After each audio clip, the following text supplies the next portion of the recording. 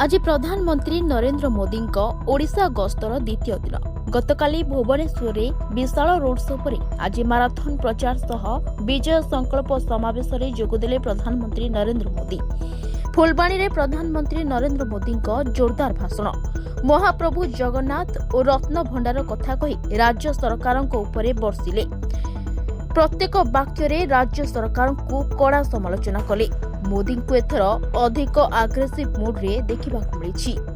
फुलबाणी सभारे नवीन को निशाना कले मोदी। कहले नवीन बाबू को आज मु एक चैलेंज देउछि।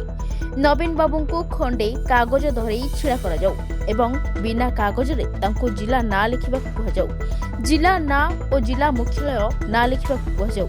जो मुख्यमंत्री निज जिला ना जानते नहीं से भले मुख्यमंत्री आपण को दुख बुझी पारिबे कि? बीजेपी को 5 वर्ष समय दियंतु, ओडिशा को नंबर 1 करदेबु। खाली सेतिकी नुहे, रत्न भंडार कथा उठाई मध्य शासक दल को निशाना करिसेंती मोदी। कहिसेंती एभली अमूल्य भंडारर चाबी भी संभाली पारुनाहांती। चाबी कुआडे गला, काहा पाखु गला ताहा जानिबा लोकंकर अधिकार अछि। सेपटे राज्य सरकार कहउछंती डुप्लिकेट चाबी मिलिछि, हेले डुप्लिकेट चाबी काहेकि तयारी हला?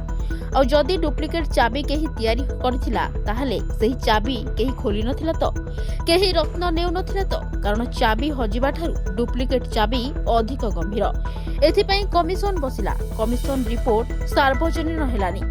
नवीन बाबूंको सरकार ए विषय को नहीं एते भीतरस्त काहेकि? राज्य सरकार काहा पाप को घुराइबाकू चेष्टा करुछंती। बीजेपी सरकार आसिले रत्न भंडार मर्यादा निश्चय प्रतिष्ठा हेबो। Bureau report, Dinalipi live. Dinalipi live को एबे ही लाइक, शेयर, सब्सक्राइब करंतु।